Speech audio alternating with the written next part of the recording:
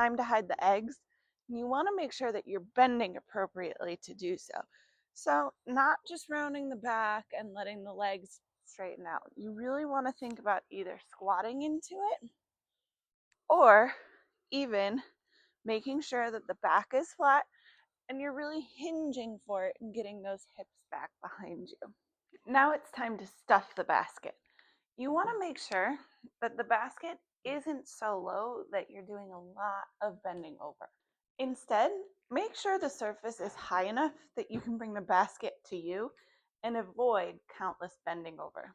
Not to mention hours in the kitchen, possibly cooking, baking, dishes, all that good stuff. So open up your cabinets and place one foot on the shelf below you. Whether you're doing dishes at the sink or baking, having that one foot elevated can help take some of the pressure off your lower back. Just make sure you switch your feet once in a while. Now we're trying to get the kids cleaned up for everybody to enjoy Easter.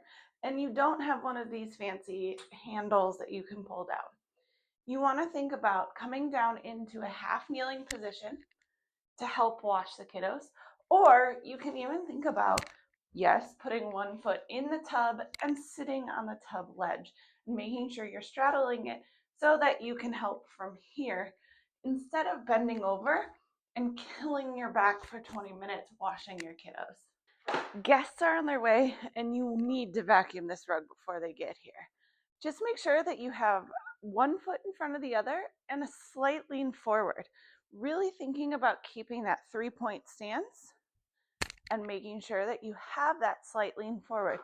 We're not rounding, okay? You're really trying to push the hips back a little bit, engaging that core and using that lean to help take pressure off the core and pelvic floor.